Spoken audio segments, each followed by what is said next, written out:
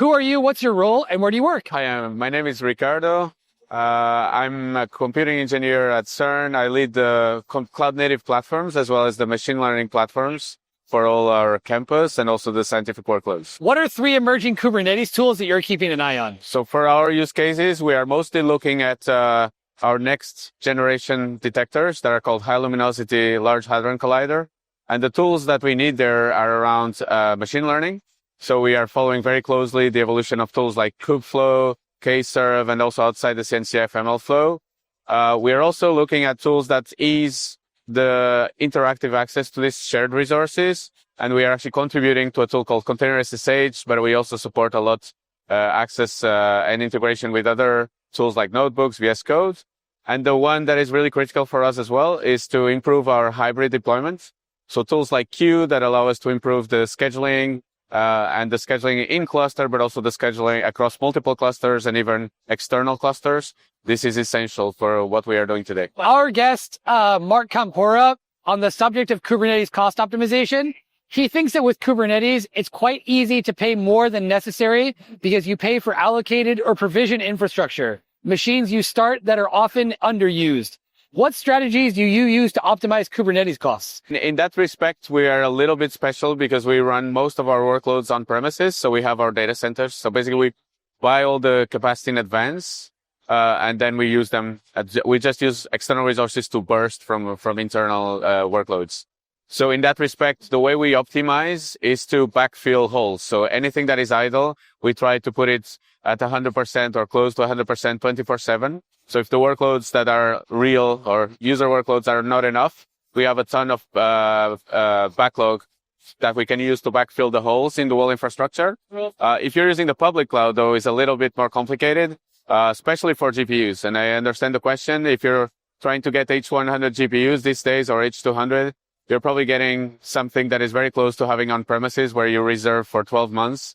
And I would say the strategy there should be exactly the same we use on premises, and just to try to backfill whatever holes with additional workloads that you keep in a backlog. Another guest of ours, Yu Yin, spoke about the project Girdle and Catalyst achieving 60% utilization.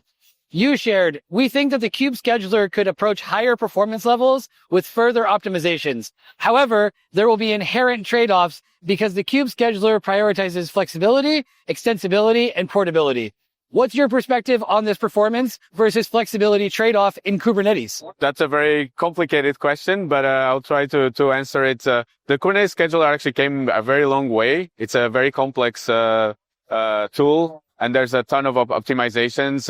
One can spend an entire year looking at optimizing the different parts of the scheduler. It's pluggable, so it allows us to use things like Kueue. So for our workloads, the optimizations we need are not the ones that Kubernetes was designed for, which is traditional IT services talking to each other with endpoints. What we need is batch workloads, interactive workloads, sharing resources.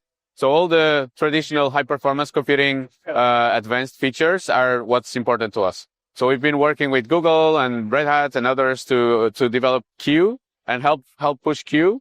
And this is to allow us to have features like co-scheduling, or gang scheduling, fair share, and everything else we need to optimize our own workloads. Kubernetes turned 10 years old last year. What can we expect in the next 10 years? So if the hype continues, I think we can expect this trend where the traditional high performance or scientific computing workloads have become everyone's problem. AI has been pushing, and especially Gen AI has been pushing this quite a lot.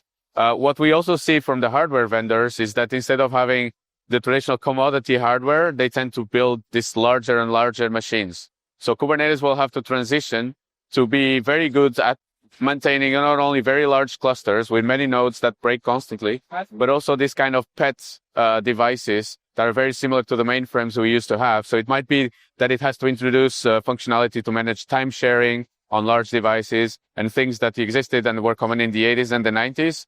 They might be coming back for the next couple of years. What's next for you? For me, this is it. It's what I mentioned, supporting our flagship project, which is the High Luminosity Large Hadron Collider. Our challenge is that we have a limited budget that never changes. And then when we generate more data, when our detectors generate more data, we don't get more money. So we have to find ways of dealing with the increase that is coming, which is 10 times more data than we have today with a similar budget. So we are going from 1 petabyte a second to 10 petabytes a second that we need to filter in near real time.